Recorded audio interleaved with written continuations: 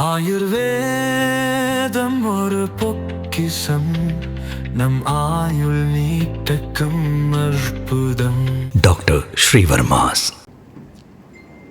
தமிழகம் முழுவதும்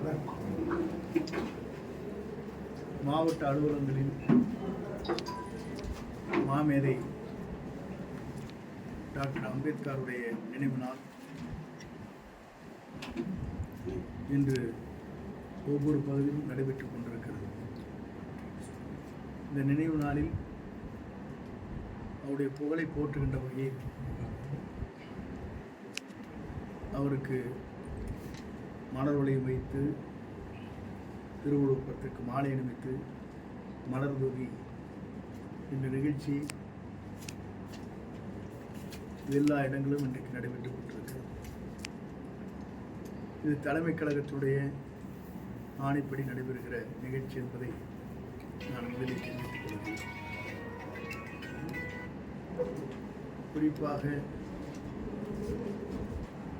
ஆணவம் என்பது உண்மையை மறைக்கும். கற்பனை உலகில் வாழ்ந்து கொண்டிருக்கக்கூடாது.